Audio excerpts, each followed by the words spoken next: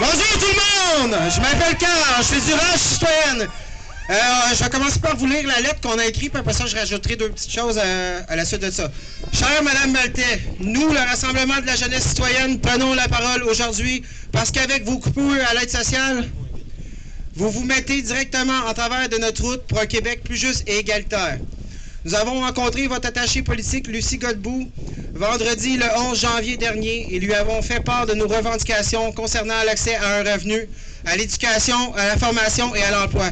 Elle nous a affirmé que la priorité de votre gouvernement était d'aider financièrement les personnes à l'aide sociale par un soutien financier direct. C'est questionnable maintenant à cette heure qu'on sait qu'est-ce qu'elle a fait après. À l'heure actuelle, vous allez plutôt dans le sens contraire avec les mesures que vous annoncez.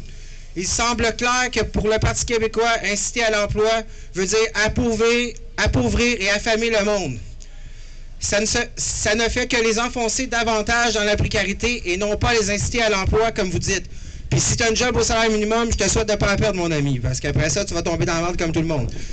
Vos coupures ne feront qu'exclure encore plus de jeunes et de moins jeunes. Briser des familles, briser des vies, briser des avenirs. Et pourquoi? Est-ce que parce que vous êtes au service du marché, de l'économie, des entreprises, de l'idéologie néolibérale?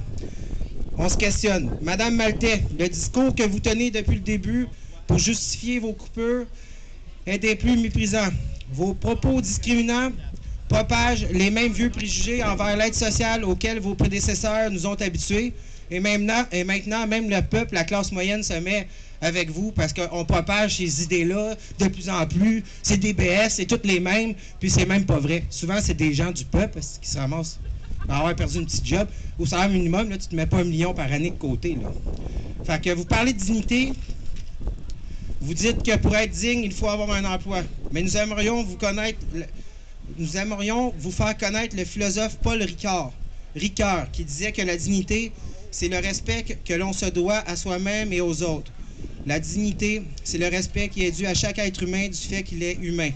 C'est un respect inhérent à la condition humaine, sans considération au sexe, à la couleur de la peau, à la santé mentale et physique, à la religion, au statut social.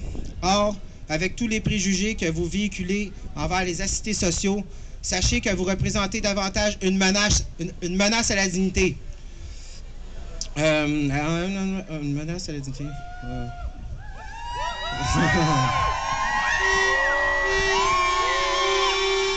Bon, OK.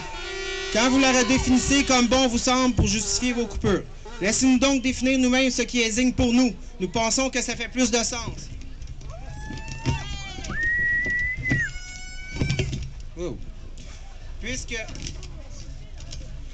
vous êtes la ministre de l'Emploi et de la Solidarité sociale, on se sent en droit d'attendre de votre part que vous défendiez des valeurs comme la solidarité, l'inclusion, l'ouverture et non que vous fassiez la porte-parole du Conseil du Trésor pour justifier les coupures imposées.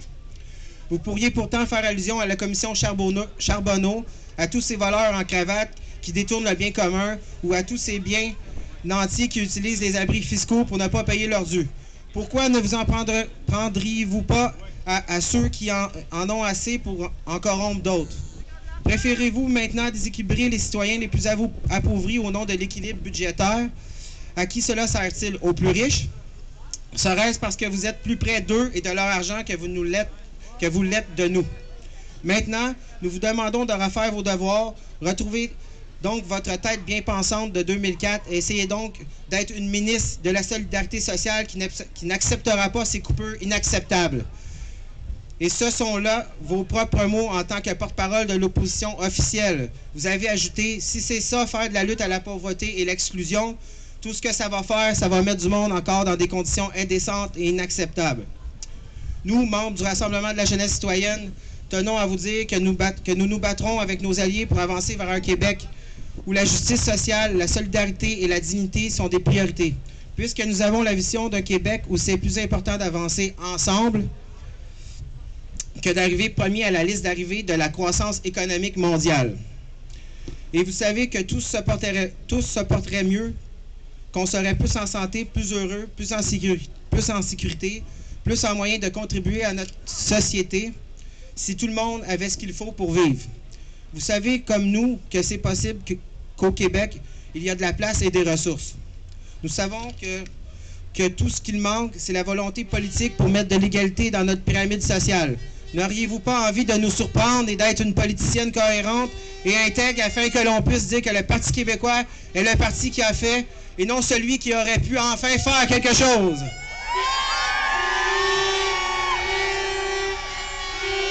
On vous salue debout et fièrement. Nous sommes bien plus hauts et dignes que ce que vous voyez, nous les jeunes qui voulons s'en sortir et avoir notre place dans cette société. Merci.